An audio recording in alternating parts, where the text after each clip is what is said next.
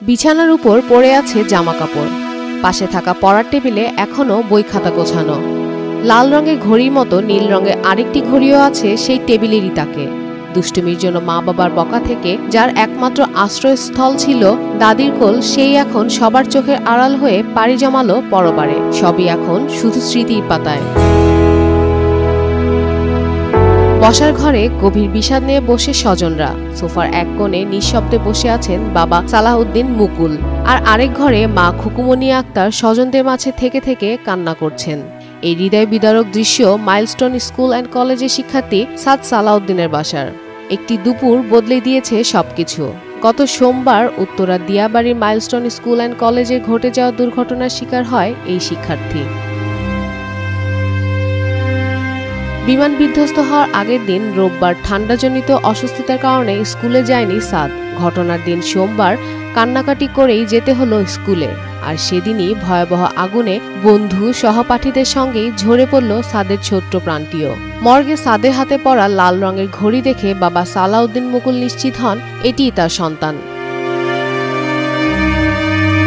সাদ ছিল মুকুল খুকুমন্নি দম্পতির 2 সন্তানের মধ্যে বড়। সাদের ছোট বোন সারার বয়স 2 বছর। মাইলস্টোন স্কুল অ্যান্ড কলেজে বাংলা মাধ্যমে 3য় শ্রেণীতে পড়ত সাদ। বিমানটি সাদের শ্রেণীকক্ষের উপরে আছড়ে পড়েছিল। সাদের মৃত্যুর খবর পেয়ে ওমান প্রবাসী বড় চাচা আলাউদ্দিন টুটুল সপরিবারে দেশে এসেছেন। ছোট চাচা মোহাম্মদ মাসুদ বৃহস্পতিবার আসবেন অস্ট্রেলিয়া থেকে। বিমান বিধ্বস্ত হওয়ার 4 ঘন্টা পর রাজধানীর সম্মিলিত সামরিক হাসপাতাল CMH এর মর্গে সাদের মরদেহ খুঁজে পাওয়া যায়।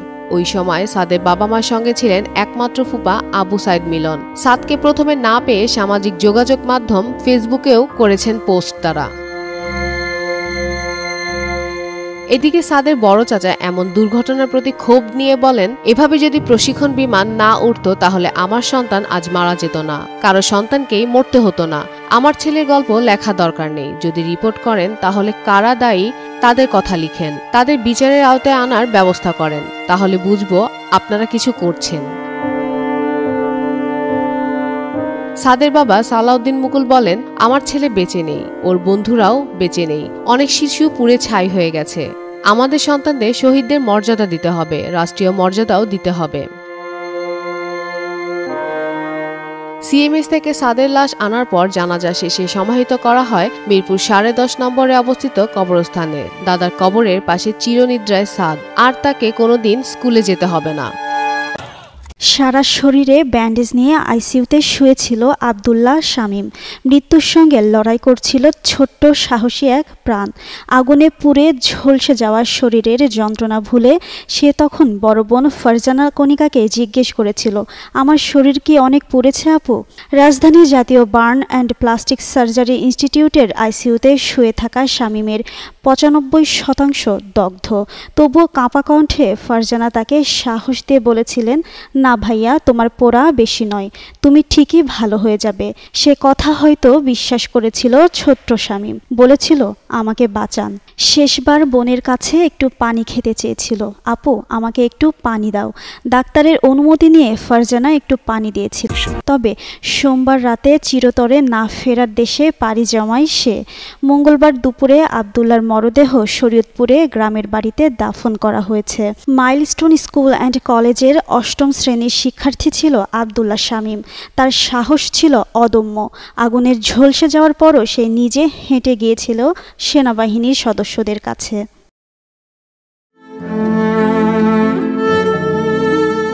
আমরা যেখানে যেতাম একসাথে যেতাম। একসাথে কত আড্ডা, কত গল্প, কত স্মৃতি। 2 দিন আগেও টিফিন ভাগ করে খেয়েছেন একসাথে। আজ লাশের পাশে নির্বিকার হয়ে দাঁড়িয়ে আছেন। মাইলস্টোন স্কুলের বিমান দুর্ঘটনায় নিহত হওয়া আরিয়ান আশরাফ নাফির লাশের দিকে এক নজরে তাকিয়ে আছেন বন্ধু রিদওয়ান ইসলাম। প্রিয় বন্ধুকে হারিয়ে একদিন কথা বলা বন্ধ ছিল রিদওয়ানের। লাশের পাশে এসে দাঁড়িয়ে শেষ বেলায় কিছু একটা বলার চেষ্টা করেছেন 2য় শ্রেণীতে পড়া রিদওয়ান। বইমেলা থেকে গল্পের বই কিনছি, বলছি যে এই দেখ আমি গল্পের বই কিনছি। তারপর ও আর আমি পড়তেছিলাম ওই গল্পের বইটা। তারপর যখন ছুটির বেলটা বাজে ও মানে আমি আর রুথ চলে যাই। তারপরে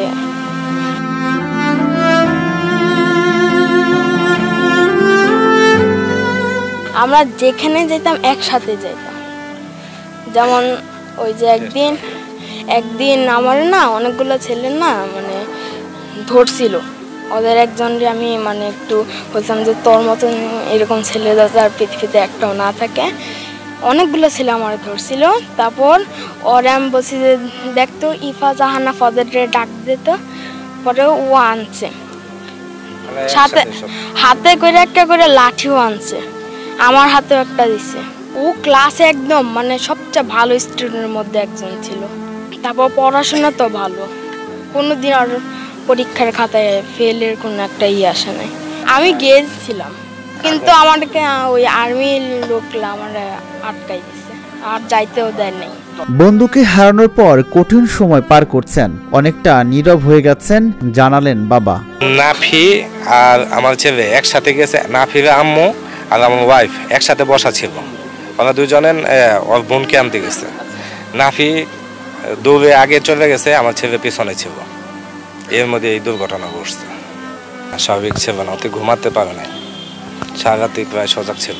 খালি ওর কথা জিজ্ঞেস করতে, বাবা ও কি রকম আছে এখন, একটু খবর নাও, একটু ফোন দাও, হসপিটালে যাও। এই মাঠেই জানাজা পড়ানো হয়েছিল বোন নাজিয়ার। একদিনের ব্যবধানে সেই মাঠেই ফের আনা হলো ভাই আরিয়ান আশরাফ নাফিকে, পড়ানো হলো জানাজা। শেষ বিদায় জানাতে ছুটে এসেছেন এলাকাবাসী। আসসালামু আলাইকুম ওয়া রাহমাতুল্লাহ। গতকালকে আমরা তার মেয়ের জানাজা পড়লাম, আজকে ছেলের জানাজা। আসলে এটা কিরকম কষ্ট এটা আপনারা অনুভব করতে পারছেন। আমার বন্ধুর দুটা বাচ্চাই ছিল, দুটা বাচ্চাই মারা গেল।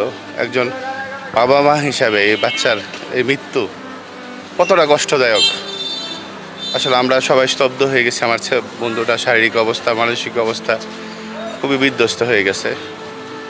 এরকম ঘটনা যেন আর না হয়, বাংলাদেশ সরকার, বিমান বাহিনী সহ অন্যান্য সবাইকে আমরা অনুরোধ করব এ বিষয়ে সজাগ থাকার জন্য। এই শোক সইবার মতো না। নিষ্পাপ ছোট দুইটা বাচ্চা, একটার বয়স 9 বছর, একটার বয়স 13 বছর। বাপ মা আত্মীয় স্বজন, আমরা যারা বন্ধু মহল আছি এবং আপনারা সহ পুরা সারা বাংলাদেশ এবং পৃথিবীর মানুষ এটা কেউ সহ্য করতে পারবে না। এবং যদি অসুখ বিসুখ হয়ে মারা দেশের ভিন্ন কথা, যে এরকম মর্মান্তিক দুর্ঘটনা, সেই দুর্ঘটনা কি পুড়িয়ে যাওয়া, এবং যে একটা মেয়ে 24 ঘন্টা মেয়েটা আর 24 ঘন্টা মেডিকেলে কাতরাইছে, আর ছেলেটা 48 ঘন্টা কাতরে তারপর মারা গেছে। আমার সাথে করা হয়েছে, কীভাবে মায়ের সাথে করবে, দুইটা সন্তানে খাতে চলে যাবো। আল্লাহ তুমি সাহায্য করে তো কি জানি করো। এই ঘটনাটা ভয়াবহ ছিল, তার কোনো তুলনা দেওয়া অসম্ভব। এটা মানবের ভাষায় প্রকাশ করা এটা সম্ভব না। একটা বাচ্চা শুধু ওই না, ওর মতো শত শত গার্জিয়ান সন্তান হারা হয়ে গেছে, অনেক সন্তান ও পিতামাতা হারা হয়ে গেছে। তো আমরা চাবো যে আমাদের প্রজন্মের জন্য ভালো, যদি এতটুকু ভালো করা যায় যে ভালো দিয়ে যদি আমরা কাজ করি, ভালো চিন্তা নিয়ে যদি কাজ করি, তাহলে আমাদের দেশের মানুষ একটু হইলেও আস্থা পাবে এই দেশের পরিচালিত পার্টির উপর। আরিয়ান আশরাফ নাফির শরীরের 90% ঝলসে গেছে। মৃত্যুর যন্ত্রণা নিয়ে বেঁচেছিলেন একদিন, সব লড়াই শেষে হার মেনেছেন মৃত্যুর কাছে। এই বাচ্চাটাকে আমি যখন দেখছি, আমি পুরোপুরি দেখতে পারি নাই, বাট ওর যখন মুখের অবস্থাটা দেখলাম আর চোখের অবস্থাটা যখন আমি দেখলাম, দেখার পরে মনে হইলো যে ভিতরে এমন একটা ভয় লাগলো যে এরকমভাবে যেন আর কোনো দিন কোনো একটা ছেলে বা এরকম কারো সন্তান এভাবে যেন না নিহত হয়। ওর মুখের অবস্থা এদিক দিয়ে পুরো চামড়া উঠা ছিল। আর মেয়ে যখন মারা যায়, ওর বাবা অনেক হতাশ হয়ে পাগলের মতো দুইজন ধরে রাখছে, মানে উঠাইতে পারতেছে না। আর আজকের পরিস্থিতি জানি না, ওর মা ওকে দেখছে, দেখার পর ওই মা ওখানে অজ্ঞান হয়ে পড়ছে। অর্থাৎ ফ্যামিলির অবস্থা অতটা ভালো না, খুবই গুরুতর। তারা অর্থাৎ এখন পাগলের মতো দুইটা বাচ্চা হারাইছে, পাগলের মতো করতেছে, আর্তনাদ করতেছে। ফ্যামিলি খুবই করুণ অবস্থা, তো বুঝতেই পারছেন দুইটা সন্তান।